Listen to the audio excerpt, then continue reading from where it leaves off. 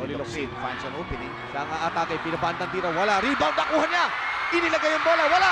Kinuha niya na naman. At Eto foul na. na natatawag kay Ray Evangelista. And now, konting physical. Expected yan. Oh, yeah, it was only body. I never saw any hands move. At dito, nag-iipitan yung mga players ng Purefoons pero lahat nakangiti. Para yung Mabilis ang Bisaya. action. And you can see Evangelista and Noli Locsin shake hands. It's just that impact, you know. Nung impact na yun, nagkagulo doon. Noli Locsin driving down the middle. Look at all the blue shirts clamp up.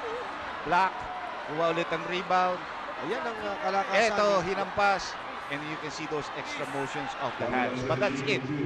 Tapos tinginan na yan. Ganyan lang yan. Matagal na nakikita yung mga yan. And Noli Locsin at least nagpapakita ng buhay dito. At yan ang hinahanap natin kay Noli Locsin. He generates so much energy inside the court. Nakataka-taka pag hindi natin nakikita si Noli nagwawala sa loob. Nako! Ayaw pa pumasok.